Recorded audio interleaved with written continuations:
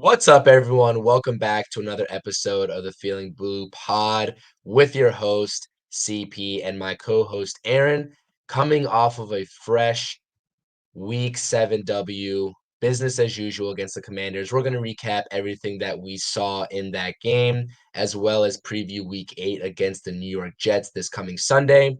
Obviously, this is a pre recorded pod instead of our usual live streams. So we are filming this on a Tuesday. It is the 24th. It'll probably hit YouTube on the 25th. Before we get into all of that in our analysis, make sure you hit that thumbs up, comment your thoughts and opinions, and subscribe to both of our YouTube channels. I really appreciate the support that we've gotten so far on this podcast, and we're going to keep making videos. Make sure you subscribe to That's My Sports on YouTube. That's where Aaron is doing all of his sports content with his co-host, as well as X at It's the Cast Man. Recently changed, by the way. And you know where to find me as well. It's your boy CP on X, Instagram, and YouTube, all at That's My Sports. Without further ado, let's get into today's episode.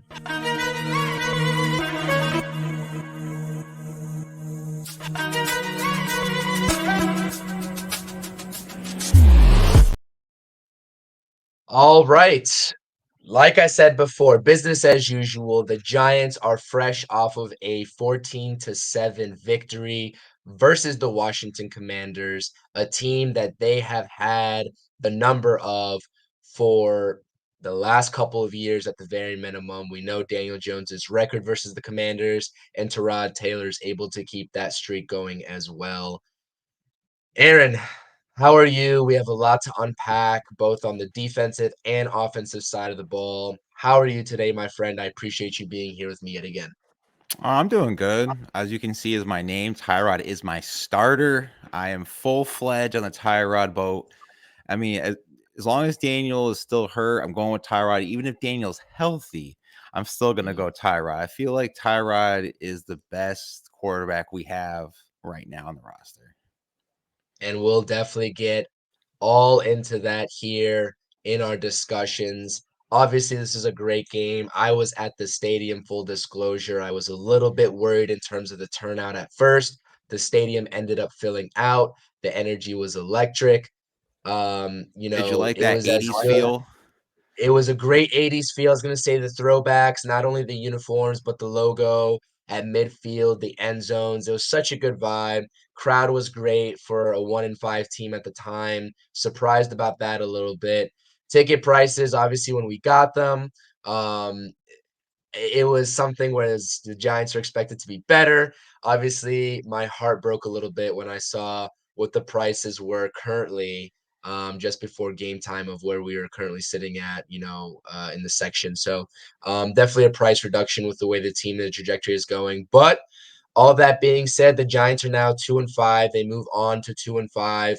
And really, when you talk about playoff aspirations, they are still in the thick of things in terms of being in the hunt for one of those last wild card spots. I understand we're only through 7 weeks. It's still very early.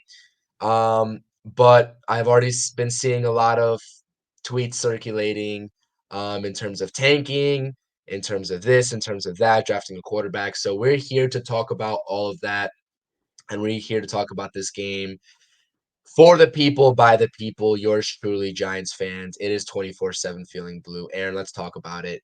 The New York Giants defense, once again, is very impressive. They held the Commanders up front. Just the biggest stat that jumped out to me was that the Giants defense held the Commanders to only 1 of 15 on third downs. The Commanders only converted a third down one time, I believe, the entire game. That is absolutely phenomenal. Last week is Bobby Okereke leading the defense, as per our last podcast episode. And this week, more of the same. He led the team with 11 tackles. But as you can see, the Giants had, as a total defense, they had a total of 6 sacks. Everybody getting on the board. Sexy Dexy, Jason Pinnock, Thibodeau, McFadden, Leo, all of them getting on the board. What do you make of this defense, man? It's a 9-day defense between what we saw. Well, we'll get into the QB situation, but this is a different defense from what we saw when Daniel Jones is under center versus now Tyrod Taylor under center. And we'll talk about the QB play and the disparity between what we believe is definitely going to be a QB battle. Play spoiler alert and basically say that we are both on the same train and same track in terms of that thought. Let me know what you thought about our defense because this is phenomenal. I mean, 6 sacks, 12 QB hits, 4 tackles for losses. This is something we haven't seen yet in 2023. So, what are your thoughts? Well, I definitely have an egg on my face because of what you tagged me in earlier. Actually, I think it was yesterday. So yeah, Mika McFadden had an 89.8 defensive grade. Mhm. So geez, I mean, hats off to Mika McFadden. I guess I got to clean off the egg off my face, but I'm just excited that Bobby Okereke's finally like getting paid what he's supposed to do. So whether it was last episode where I talked about he forced the 3 turnovers that we had, over the span of the last like 7 weeks, and also too that the D line is actually getting better. Kayvon's actually rushing. He's not going out in coverage, which is finally, I probably Wink Martindale heard the fans. And I mean, think about it too. We pretty much stopped Buffalo for 14 points. Is a good offense, and now Washington with Eric Bieniemy is only a touchdown. And this team scores at least 20 to 24 points a game. So I'm impressed a lot by this defense. I'm still going to take it with a grain of salt. But remember, too, our schedule is getting a little bit easier. So hopefully now we'll build more confidence with the defensive players. Exactly, well said, 100%. And I feel like the defense is definitely starting to feel their groove. You mentioned Bobby Okereke finally, getting into the mix.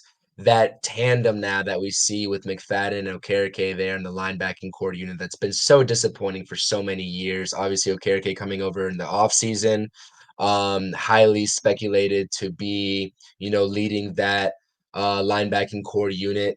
And really, when you talk about McFadden coming out of nowhere, I have been saying it ever since our preseason, the Feeling Blue preseason videos, that he really has impressed me.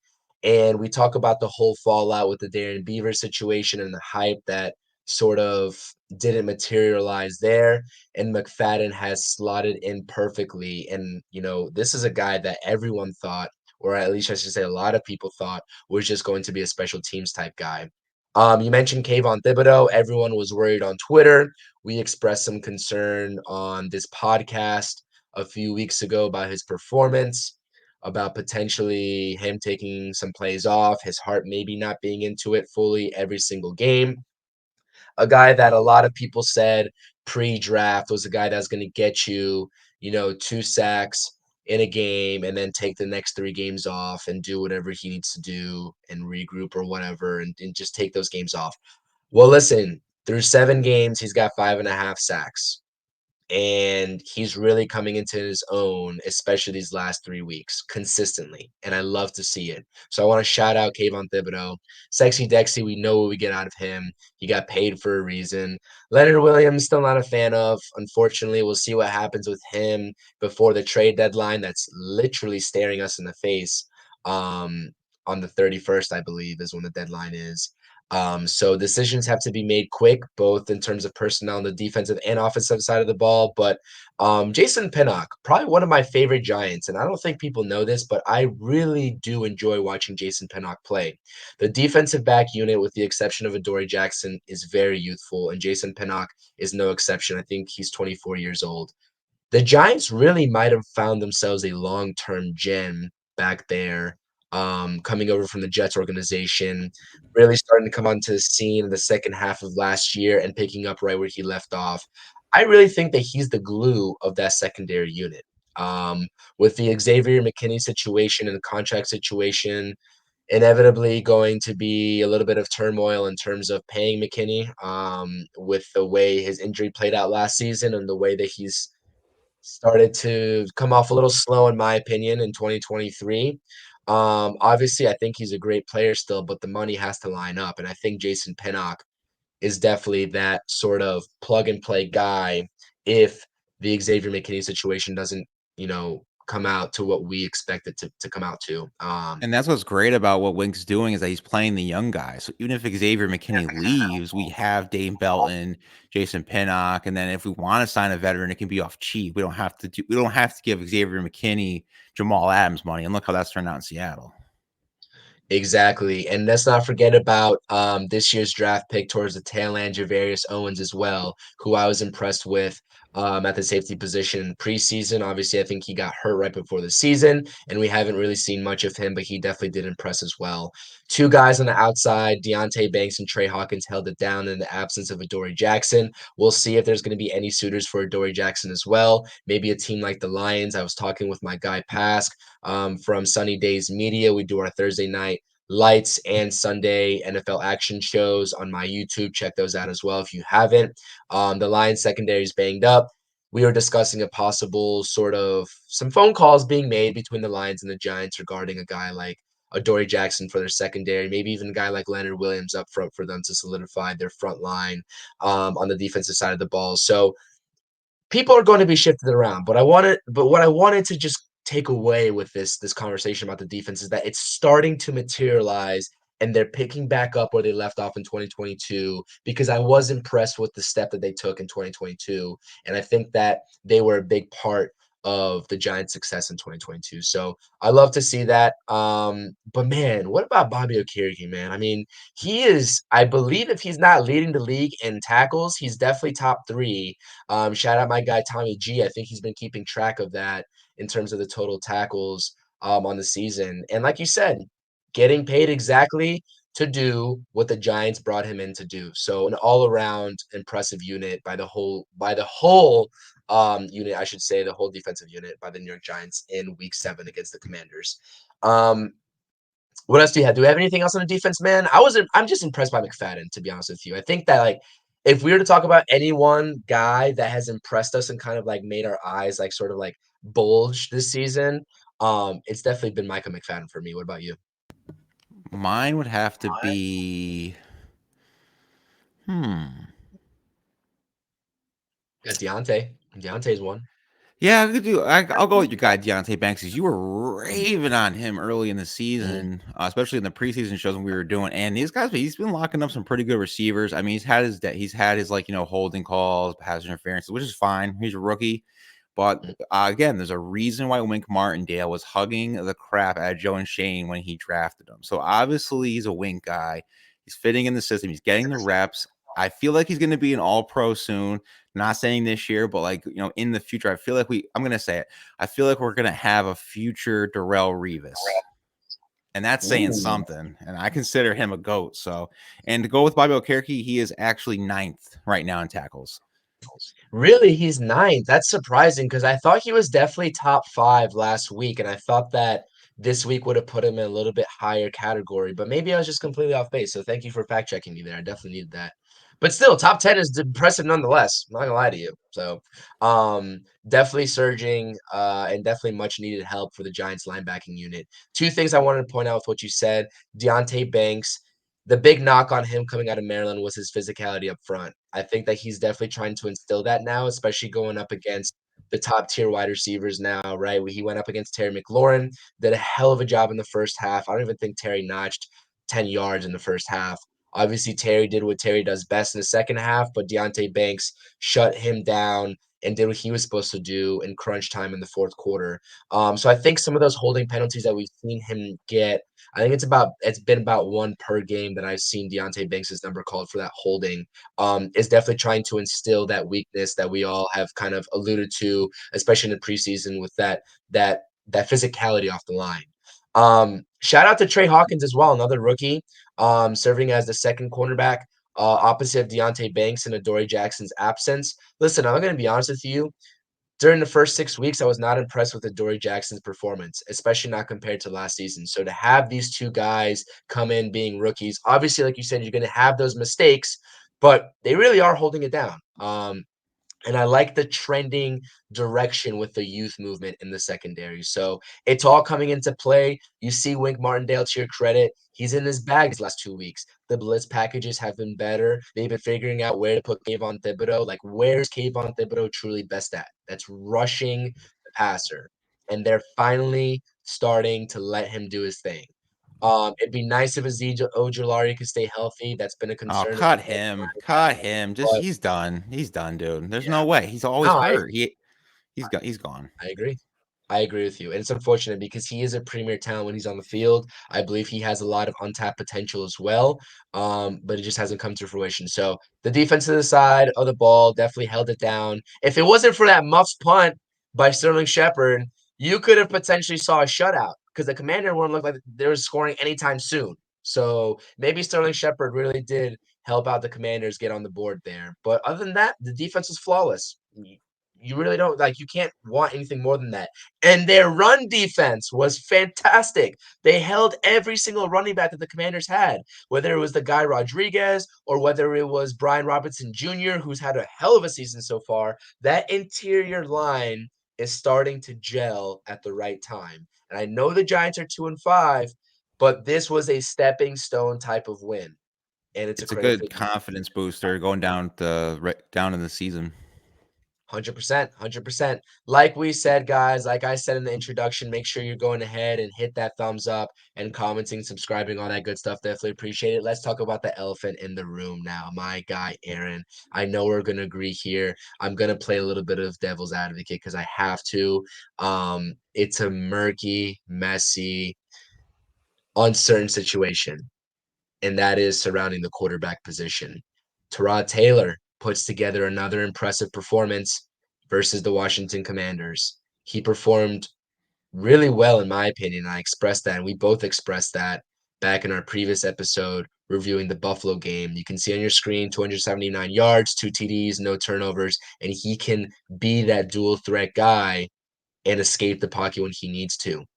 What were you impressed with Tyrod Taylor and watching him on the screen? I'll go a little bit about what I was impressed about, watching Tyrod Taylor these last 2 weeks. And then let's talk about this whole situation when Daniel Jones comes back. Is there a competition at QB moving forward? So what I saw was obviously we've said it before. He has great pocket vision. Remember, this guy brought the Buffalo Bills to the playoffs since the first time since 1999. He was a 3-year starter there. Rex Ryan loved him at that time when he was the head coach. I mean, shoot, he could have had 3 touchdowns if he just didn't underthrow a little bit to Jalen Hyatt on that catch. Other than that, he would have been gone. And I just like that if Tyrod, like there was quarterback sneaks. I've never seen Daniel do a quarterback sneak up the middle, or sorry, QB draw. I've never seen that from Daniel, and it looks like Tyrod's hitting like the main weapons. Darren Waller, obviously Jalen Hyatt, Darius Slayton. I feel like is the best connection he has for receiver. I don't know whose connection would be for Daniel, maybe Saquon, but I mean, it just shows what you can have with a good backup quarterback. The last good backup quarterback that we've had was David Carr, a Super Bowl champion. I know Hollywood Ray is going to watch this episode, so he hates it when I say that, but he is a Super Bowl champion. So, and then when it comes to the trade deadline, since we just talked about it, why not the 49ers? I mean, they're down. Brock Purdy lost another game, which he could have beaten the Minnesota Vikings. Daniel Jones can be the Brad Johnson of Tampa Bay. I love this conversation because it's so much to unpack in terms of the variables and the two different situations that you have and the outlook of this team with each QB under center. First of all, to tackle this in a series of answers, the first thing I'm going to tackle is what impresses me about Tyrod Taylor. It's his ability to manipulate the pocket with pressure in his face. What he does better than Daniel Jones right now in 2023 with the sample size that we've seen through 7 weeks is that he stays in the pocket until the very last minute where he absolutely has to escape. This allows the receivers to go through more of their progressions, and he's buying the receivers time to go through their full route. And if not, if anything, do a little bit of an impromptu route to help him out, right? He helps them out, they help him out. And we've seen that. The ball hasn't moved downfield besides the second half in that Arizona game as well with Daniel Jones as it has in the last 2 games with Tyrod Taylor. That is indisputable. Like you said, the Slayton connection downfield, Jalen Hyatt is getting more connection downfield than he did with Daniel Jones. Saquon Barkley is going to eat no matter who's the quarterback. So that's just, that is what it is. Darren Waller the premier pass catcher or should be premier pass catcher that the Giants brought him in to be is getting more involved with Tyrod Taylor. It's great execution. He's throwing these balls on the money, minus maybe that one throw to Hyatt where you said he underthrew him a little bit. But let's face it, who's not going to underthrow Jalen Hyatt? Probably the second fastest wide receiver in the league. Could probably give Tyreek Hill a little bit of run for his money in terms of speed, but I'll still give it to Tyreek Hill, the established vet, over Jalen Hyatt so far. But listen, man, I love what I see from Tyrod Taylor. Um, the trade deadline. I hear you in terms of the Daniel Jones talk. I'm gonna say, like, you got that piece out. Daniel Jones, maybe to the Bay. We're not really sort of big on Brock Purdy, Mr. Irrelevant, system QB, struggled on Monday Night Football a little bit. You saw the Vikings beat the 49ers. The San Fran defense talked a lot of crap about Daniel Jones, so I'm not really sure how feasible that is. But I will give you the opposite side of the fence. Obviously, Tyrod Taylor's 34 years old. He's not going to be the quarterback of the future for the New York Giants. That's well known. The front office has to make a decision in terms of where they view this team going forward this year because this is the last year of Tyrod Taylor's contract. They brought him in to be a backup QB. They gave him a 2-year deal. He's one of the best backup QBs in the league, and he's a very serviceable starting QB. He was and still is, and we see it right now. What if the team that the Giants share a stadium with brought in a guy like Tyrod Taylor? What are the opinions there? Because listen, the Jets are a great team. They have talent on both sides of the ball. All they're missing is that quarterback, and it's a shame what happened to Aaron Rodgers. Aaron Rodgers is fully inclined, if not this season, to come back next season. He's made that known already. That's like the perfect storm with a contract like Tyrod Taylor has. That's how I view it because the Jets, this is a hot take, and I'm going to let you spit off your opinions on this because I know this is a hot take. But I view the Jets as a team that if they plug in a guy like Tyrod Taylor under center, they could have Super Bowl aspirations this season, even without Aaron Rodgers.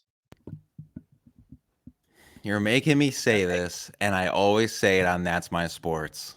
But let's not say things we don't mean. That's crazy. If you think Tyrod Taylor is going to bring the Jets to the Super Bowl, I mean, listen, this isn't Daniel Jones is Brad Johnson, not Tyrod Taylor. So that's the last quarterback to really ride that high in the Super Bowl. But I mean, think about this one. The Jets got rid of Sam Darnold, and he was their third overall pick back then. Daniel Jones, obviously a sixth overall pick. We drafted him. Tyrod can be that bench guy. You re-sign him for another just one more year. You re-sign him. You bring in obviously a Drake May. I don't think Shadur Sanders is going to come out. Dion says he's not, but who knows? If you want Caleb Williams, sure, whatever. But if you want one of those young quarterbacks, there's a lot in this draft. You sign Tyrod for the year. You can bring Daniel to a contender. If you have to eat some money, eat some money. I mean, the Maras aren't exactly the poorest owners in the NFL. So if you want this vision of going into next year, creating your dynasty, creating everything you need to do, I would do that rather than Tyrod go to the Jets. Because the last time the Giants and Jets traded was for Leonard Williams, and they very rarely trade with each other. I was gonna say, I don't know how feasible it is, but I was just throwing it out there because, like I said, the Jets have a lot of untapped potential in terms of where they can be at, and it's not gonna happen with Zach Wilson. Um, I don't know what the money situation. I mean, Mara could pull a Steve Cohen if he really wants to offload a guy like Daniel Jones that's making $40 million a year. Not sure how feasible that is.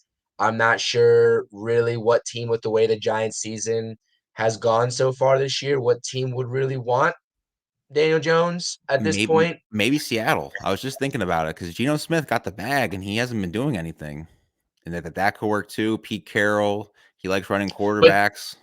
that means, they would have two quarterbacks under a new contract in Seattle. That wouldn't make too much sense contractual wise. So that's what I'm That's saying. true. Like, it's harder to offload and get the appropriate amount of assets for a guy like Daniel Jones in my mind, especially relating it back to like what we saw the Mets do in this MLB offseason or the MLB trade deadline just a couple months ago, than a guy like Tyrod Taylor on an expiring contract, obviously going to be a free agent, presumably. And I hear you about being the bridge quarterback for next season. Because listen, if that's the route they went, you wouldn't hear one peep out of me. I would not care because that honestly probably would be the best move to make. But the optics of it, of signing a quarterback like Daniel Jones after a career year, giving him another trial run, which was a 4-year deal on paper, but we all know the team has an opt out after year 2, so they're not tied into Daniel Jones for the long term. That is going to be a PR nightmare if they were to let him go with just, a half a season under his belt. That's why I feel like almost when he comes back, like if I had to bet on it, and I don't I like I said, there is a QB competition in my mind. I know the beat Oh reporters are yeah. saying things. I hear that, but in my mind, there's a QB competition. But what I'm saying is, if I had to bet on it, I would say that Daniel Jones is definitely going to be under center when he comes back. Because if you are really serious about drafting a quarterback out of the draft this year, you have to play Daniel Jones in order to prove to the ownership that this wasn't my guy from the start. He had a career year, it just so happened he had a career year when we took over, this new regime took over, and we were kind of forced to sign him. We got it done, but we're going to start bridging into our guy now because we've seen that this experiment is not consistent and it's not going to be long lasting. And I do think, to your point, Drake May is that guy with the way things are shaking out in Chicago and that situation. And obviously, Caleb Williams. I know he's been struggling a little bit as of late, but I do expect him to be the first quarterback off the board. So I don't know. It's a lot of different ways you can look at it, but let's not take away anything from Tyrod Taylor's performance with this whole trade talk. I want to just delve slightly into that. Realistically, I think they both are retained and they're both a giant post trade deadline. But let's not take anything away from Tyrod Taylor because he has been money the last 2 weeks. Unfortunately, there was no TDs that materialized in Buffalo, especially when we really needed one to end the game with a win. Talk about a win in Buffalo. That would have been huge to stack a win in Buffalo and Washington. That would have put us at a completely different outlook this season. But I guess they're just gonna have to go out and beat the Jets, which is going to be a tough task within itself. But a guy like Tyrod Taylor definitely gives you a better shot given the circumstances against a top 5 Jets defense, borderline top 3, than Daniel Jones does coming off of a neck injury. That's just my opinion on it. I did check X. Daniel Jones still hasn't officially been cleared for contact, so we'll see what his status is for Week 8, and just keep that in mind. So let's see if Tyrod Taylor's given another opportunity to go out and do his thing. But the way that he manipulates the pocket in the face of pressure, he's got a vote from me at least because we haven't seen Daniel Jones been able to do that so far this season. Yeah. And I did see too that Andrew Thomas is good to go. I mean, I could be wrong. I didn't really read in the article, but from what I heard, he is playing against the Jets. So that could help out Tyrod even more. Boost up his stats a little bit. Yep, yep. And I mean, the whole offensive line really is a makeshift offensive line. I think Tyree Phillips did a decent job filling in for Evan Neal because we all know Evan Neal. I mean,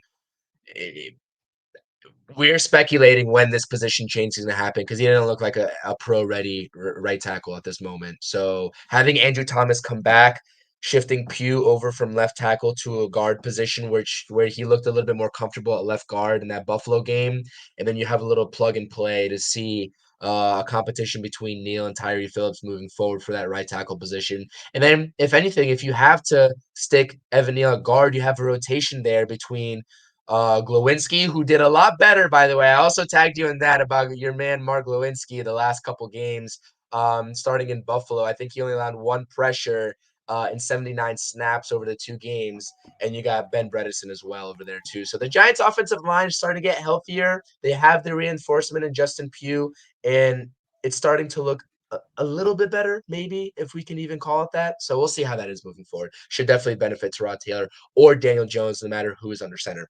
Um, Moving on here, let's talk about these guys, man. Saquon Barkley, we'll get to him. But our guy, Darren Waller, finally, best game as a Giant so far through 7 weeks. 7 receptions, 98 yards, 1 touchdown. They're finally getting him the ball.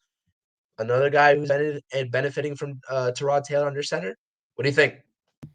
I mean, I'm just glad that Darren Waller got a touchdown on tight ends day. That was awesome. So I just want to give another shout out. The MVP of this game, first round pick out of Kentucky, Jamin Davis, giving up both touchdowns to Darren Waller and Saquon at the same I believe the same quarter. I could be wrong on that one, but I mean, listen, Darren Waller, he's had Derek Carr as his quarterback. He's had, let's see, AJ McCarron at one point, Marcus Mariota. So I'm just glad that with Tyrod is like the best quarterback that he's had.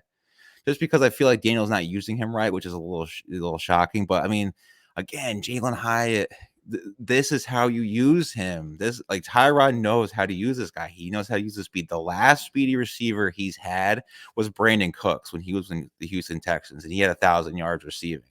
So this is why I want Tyrod as my starter. It's just like he's using these weapons right, and it's just great that the offense is maybe finally clicking in the sense of like more deep balls. I'm tired of these dink and dunks. Maybe Brian Dable's got something. Maybe he finally yelled at Kafka, and maybe he's really overseeing the offensive war room here. I was gonna say, and something that we didn't touch into with the Tyrod Taylor discussion is that guys like Slayton, Hyatt, and Waller especially are benefiting from Tyrod Taylor being able to deliver those deep balls and staying in the pocket instead of bailing and just going through his first progression, first read on that dump off like we know Daniel Jones loves to rely on. A little bit of controversy, maybe not. I don't really see anything wrong with what happened here, but obviously now deleted Jalen Hyatt posted something on his Instagram story. Obviously, X and the media is going to swallow it up. Giants fan base loves to do this speculation stuff, but um, I mean, Jalen Hyatt posted something. He said the real deal, with a picture of Tyrod Taylor. A ton of people are saying this is shade at Daniel Jones, and obviously, like you know, Jalen Hyatt's getting the ball more now with Tyrod Taylor under center now as well. We talk about these guys that are benefiting from the QB change, at least on the surface level. That's how it appears to the naked eye. You make of anything in that? I mean, is that something that is the locker room starting to shift in terms of who they're backing as a quarterback? And we'll never know as fans. This is just speculation, but like, is that even feasible to think after 2 weeks with the way that last season ended up for the Giants and taking those leaps and bounds and Daniel Jones having a career year? Is that something that you see happening or not really? I mean, I can see where they're coming from because the offense looks a lot more explosive with Tyrod Taylor. But again, he is a veteran. He's been in the league for I think almost 14, 15 years. He's learned under Joe Fluco. I'm sorry, Flacco. He would have started with LA if they didn't pretty much puncture his lung, the doctors. And he did start for 6 games before he got hurt with his hamstring with Houston. I know he backed up for the Browns, but I don't think he played there, like started. So I can see where Jalen Hyatt's coming from. Plus, this dude, Jalen Hyatt, pretty much spent every day with Daniel Jones in the offseason and in training camp. So it's not like he's like throwing shit like he has never worked with Daniel or anything like that. He's just posting an opinion. I mean, I don't see anything wrong with it. I agree with you. I think that it's just grasping for, straws when you don't need to. I don't think it's a big deal. Um, it's just like it's just shocking to me still. I know I said it, but these beat reporters basically saying that there is no QB competition once Daniel Jones comes back. Like, how can you say that there's absolutely none with complete certainty with the way that this offense seems to be going? But obviously, Brian Dable is never going to really reveal his cards. That's not how he operates. He sort of ducks away from the sort of decision that he is going to be faced with, presumably either this week or next week, then when Daniel Jones comes back. But he remains cool in the presence of the media. So let's talk about Saquon Barkley. 77 yards on the ground, 41 through the air. Obviously, he had a TD reception that was 30 plus yards as well, shaking some defenders like Jamin Davis, like you mentioned. He recently shut down trade rumors by not only saying he wants to remain a Giant, but that Brian Dable and Joe Shane actually approached him and confirmed to him that they are not going to move on from Saquon Barkley at this trade deadline, giving him some reassurance. So obviously, former number 2 overall pick, regardless of what your opinion of that is as a Giants fan in terms of who we should have drafted and who we could have had as opposed to Saquon Barkley. That was in 2018 under a different GM. Don't matter. We know what Saquon Barkley produces when he's healthy. He's a top 3 running back when healthy.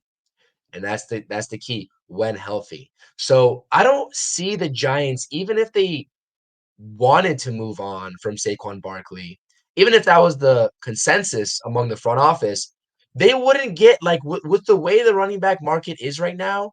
I can't see them getting more than a third or fifth, third and fifth draft pick. They're not going to get a first round pick. They're not going to get a second round pick. They're going to get a third and maybe a fifth as compensation for a top 5 running back in the league, borderline top 3. That doesn't make too much sense to me. What are your There thoughts is on one Saquon Barkley? team. There is one team that I feel like they would probably give a second and a third round. That would be the Baltimore Ravens. I knew you were gonna say that. I knew it. Ah, yeah, because I mean, think Yeah. about it. He's way better than Gus Edwards, Justice Hill. Geez, who else is on that? I feel like everybody's on that team. Kenyon Drake, I think, is still there, unless they brought him down in the practice squad again. But I mean, after the 2 big runs that he had, 19 and 34 yards, he I think only got like 22 22 yards left after that and averaged 1.8 yards per carry. I don't understand why he pitter patter so much. He literally needs to watch Brandon Jacobs film and just go north south. I would rather have Derek Ward as my running back if that's the case, because even he did it and he was a little bit more elusive than Saquon at that time. So he just needs to run north south, not east west, not toe tapping like this. And then, I'll actually give him some props. But I mean, other than that, I don't think we're going to trade him. And if Joe Shane and Brian Dable literally confronted him, I don't think these guys were like Daryl Morey and say something and then do another. So, I mean, it is what it is. But maybe if the offensive line gets a little bit better and healthier, which they are slowly progressing, maybe Saquon will break out like he did last year. Yeah, I was gonna say, I mean, whoever's under center, whether it's Tyrod or Daniel, it doesn't matter. Both QBs benefit from Saquon Barkley just being on the field by default. Um, And, he's not going anywhere. We all know he's not going anywhere. Didn't get the deal, but he got the franchise tag restructured to get him some more guaranteed money, some more incentives. We'll see what the situation is in terms of a long-term deal. Obviously, with the Giants moving forward after the season, we saw Jonathan Taylor get a long-term deal with the Colts. We saw Josh Jacobs. I think he got a long-term deal with the Raiders. So no, he didn't. Josh Jacobs Nope, is playing he under the is. tag. That's right. He Okay. wanted So an it's extension, but yeah, yeah, yeah. he's more frustrated in Vegas than Saquon is in New York. Well, I guess he's The frustrated. Raiders did the same thing the Giants did and restructured the franchise tag for Josh Jacobs. That's right. But Jonathan Taylor did get the money Yes, that he he got the wanted to bag. long term. Yeah. So we'll see what happens moving forward. Like I said, team success like the Eagles and the Chiefs, who have been great for the last couple years, don't necessarily have that franchise type running back. They plug and play. I mean, the Eagles had Miles Sanders for the last couple years, and they found the gem in DeAndre Swift, and they've been rolling with him ever since. And they mix in Kenneth Gainwell. Same thing with Clyde Edwards-Helaire, now Pacheco, and all those running backs. McKinnon, it's a running back by committee. There's no sort of workhorse like a Saquon or like a Derrick Henry over there in those successful teams. So I don't think it's necessary, but it does help having Saquon, and we know that from the QB play. But I'm happy Saquon turned down another Saquon type game. Darren Waller getting involved, Jalen Hyatt getting involved. Going back to your point, I think the one guy who does benefit maybe and has the strongest connection with Daniel Jones would probably be Wan'Dale Robinson. I think that's the guy that I think Dan Jones likes to rely on if it's and also probably Isaiah Hodgins as well. I think both those guys are probably Dan Jones's favorite targets, and we saw that last year as well with Isaiah Hodgins. And when Wan'Dale Robinson came back, immediately started making an impact while Dan Jones was under center this year. So, anything else? Anybody on the offensive side of the ball beside the guys that we see here on the screen that you want to point out? I just wish Isaiah Hodgins would come off the milk carton and get some receptions. You just said that it's Daniel's favorite receiver, but I haven't really seen him this year. I feel like he's lost. And this is a good dude. This dude came over from Buffalo last year for their practice squad after he got cut. Immediately made an impact. I think he had the most receiving touchdowns last year for a Giants receiver. So I just want him to get more involved. He's a big, tall, lanky guy too. I feel like he would be very beneficial to this offense. Yep. No, I completely agree with you. Definitely would be. Last year, I think the offensive, scheme worked in the way that the ball was getting distributed very equally. There was no reliance on any one guy. This year, I mean, still could probably say the same, but just the efficiency hasn't been there. We'll see. I'll say this, like the Giants are not meant to win any high scoring games. And we're gonna talk about here obviously 14-7, a classic NFC East type battle in the trenches. But like we're gonna see here in this next game against the Jets don't play in too many high scoring ball games either by default of who their quarterback is. So let's talk about that game here real quick. Obviously, the Battle of MetLife, the Battle of New York, really. I mean New Jersey, New York. I hate saying that because it's like the Bills are all the way up by Canadian territory anyways. So these are the real New York teams. Miss me with all the extra garbage that people like to spew.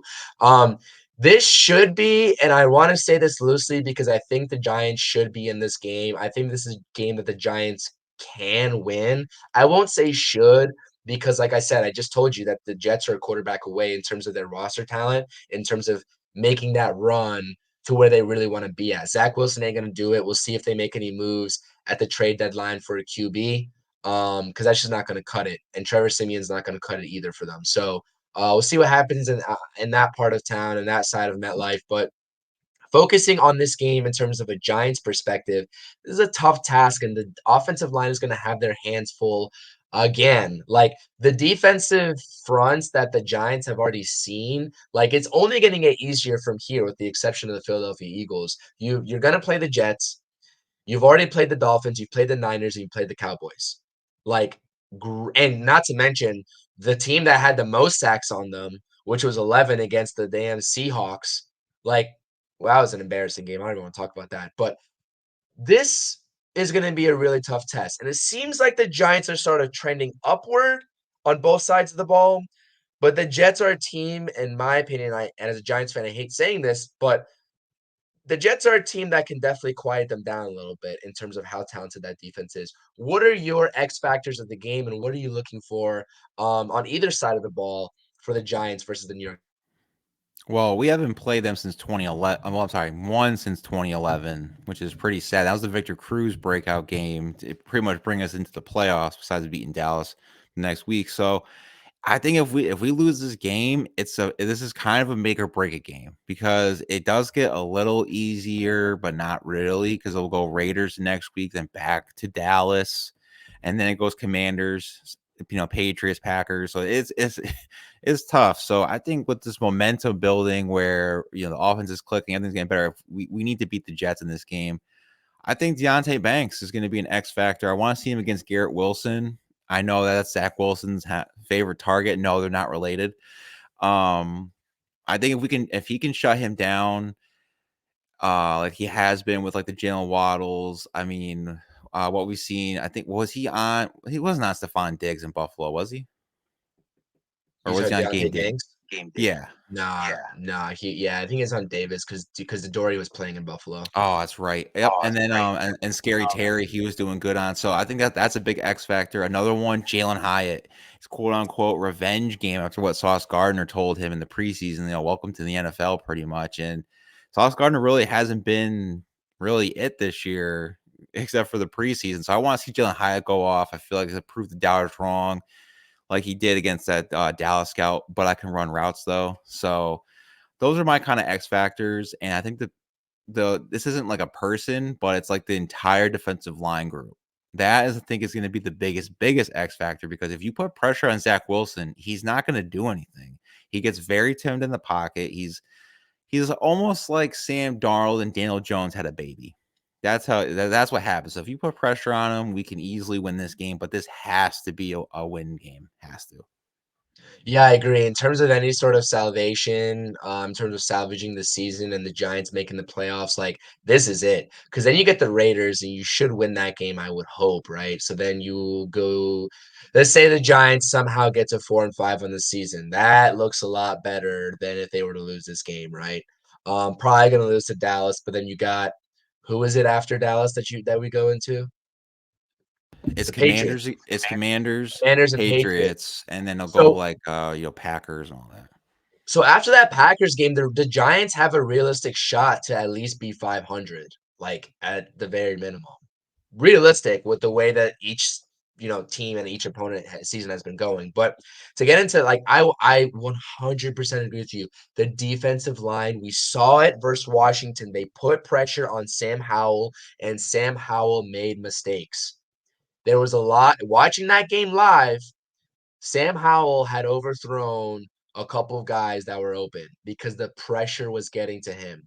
Another young QB, we talk about Zach Wilson versus Sam Howell, put pressure on him, make him think, and make him make rash decisions that he doesn't want to make.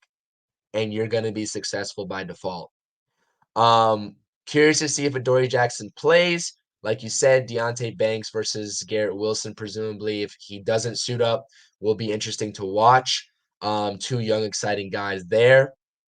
Um, and then obviously, like I said, the QB play moving forward. I think that's going to be the topic of conversation, the main topic of conversation over the next few weeks to see what happens between the Tyrod Taylor versus Daniel Jones decision that Brian Dable eventually has to make, right? That's going to be the biggest tall tale sign.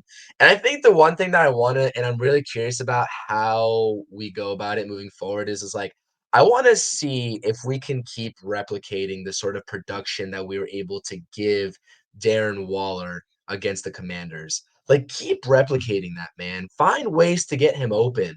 I don't care if he runs a drag route. I don't really care if he runs a post route, whatever it may be. Get him the ball. He's going to catch it more often than not. Big frame. You can't really overthrow him.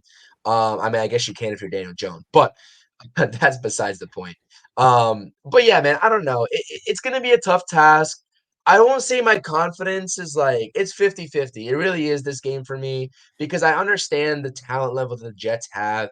I just have always been wary about Zach Wilson. And I think that if the defense can follow up the last 2 weeks' performance, they should be in a prime spot to sneak out a low scoring game.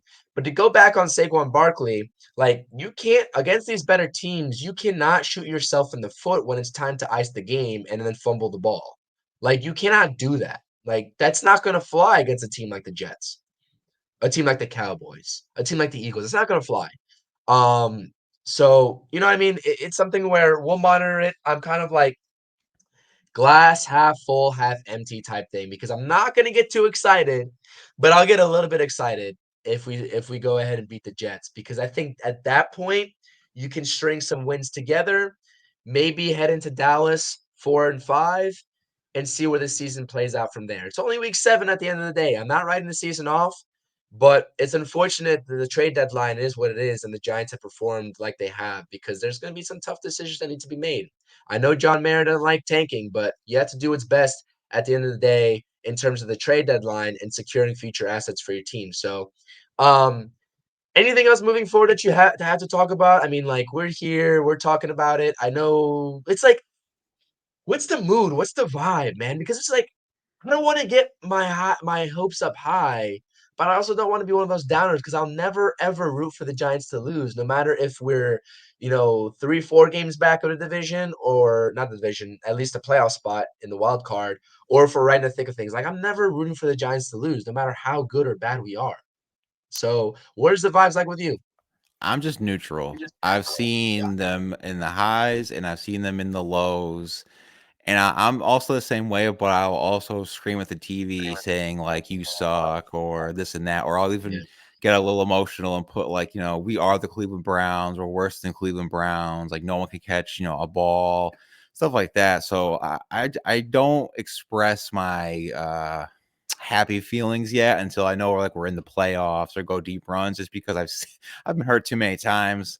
Again, I'll keep saying since the Tom Coughlin era. So that's where I am with that. And also, I don't want to hear any Jets fans, say that if we, if we do win, that it was a lucky win, this and that. Like, you play the team in front of you. I hear that from Hollywood Ray all the time when I used to compare with the Patriot teams of Tom Brady. So, listen, Zach Wilson's your quarterback. We have Tyrod. So, I don't want to hear anything about, any complaints or just, whatever. So, that's That's all I gotta say to that. And also, Leonard Williams, if you want to go with Patrick Graham, we'll find a way to give you the Raiders, because I'm pretty sure the Raiders will take him at any point. I was gonna say that's a great observation. I know that we didn't talk about it yet so far when we were discussing the defense, and let's just go back to that while we have it up. Um, Leonard Williams did make a comment saying that, I think he kept it pretty neutral. He wasn't too down in terms of the current status and his current status on the team. Obviously, he's making 32 million. Why would he ever express displeasure? Because I really don't think his production on the field translates to $32 million off the field, but that's neither here nor there. He did say to the media, I'm not sure why he would say this, but saying that he was, I guess, better suited to succeed in Patrick Graham's defensive scheme than Wink Martindale's scheme. And I just like, why are you throwing fuel onto the fire by saying that? It doesn't make too much sense. So no, I completely agree. Like I said, I was talking to my buddy, Pask from Sunny Days Media. Make sure you subscribe over to their channel as well. Go look back on my YouTube channel. We do Thursday Night Lights. We'll preview Thursday night football games. We'll preview the Sunday slate, all that good stuff.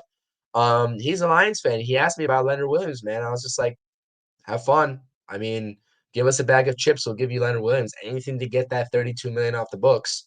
So be it. But yeah, no, I completely agree. At the end of the day, he's still a Giant. He's still getting paid to perform. I'll support him, until his time with the Giants comes to an end, because it is going to come to an end. That whole dream of, you know, Leonard Williams succeeding in New York after coming over from the Jets. It lasted until he got his contract. So I think there's plenty of viable options to kind of plug and play there at that end position on the Giants, front five there. So um, listen, that's all I got. It was a great win. I'm happy that we could come on here and talk about a Giants win for a change and have our hopes and souls a little bit up in terms of the comparison to how we've been talking on this Feeling Blue podcast the last couple of weeks. So I definitely appreciate it. One more time before we get out of here and Aaron says the final thoughts, I'm going to echo it once and probably 1,000 more times. Make sure you hit that thumbs up, comment, subscribe to both channels. You know where to find myself and Aaron at this point. If you don't, at That's My Sports on YouTube, follow him on X as well, and follow me on all platforms at CPNY Sports. Bottom right hand corner, if you're watching this video, just hit that subscribe while you're watching. Aaron, final thoughts before we get out of here. Yeah, pretty much. If you follow us on X or formerly Twitter, we are _TMS podcast. We do follow back. I like to troll on there. I'm pretty much the social media manager on every platform that we have for That's My Sports. So if you see any trolling, it's pretty much me. And also, too, I don't know if you're still doing it, but for CPNY Sports, he's got his Knicks content coming up soon. He's got Interstate Metroport, which I hopefully will be better off-season acquisitions going on. I don't know if you're still doing it, but Locked on Locks, if you're still doing that one. And obviously he's in the Sunny Days on Thursdays and now Sundays. So this dude's more busier than me. I can't believe that. But yeah, appreciate any of the followers that watch us and anyone that subscribes and downloads as well. Definitely more content coming on the way. Knicks season fastly approaching. Catch my True Knicks Talk podcast this coming Friday. We'll be reviewing the opener against the Celtics. And lots of content coming your guys' way, whether it's Mets, Jets, Rangers. Check out Blue Shirts banner between Aaron and I as well, talking Rangers hockey, recording an episode tomorrow after this Calgary game. So lots of New York sports content coming on both CP, New York Sports Network, and also That's My Sports. So make sure you all are checking out the podcast. As always, Aaron, I appreciate you. I appreciate all of our listeners here on the podcast. And until next time, let's go Giants and let's get a W at home or away against the Jets at MetLife Stadium. Catch y'all later.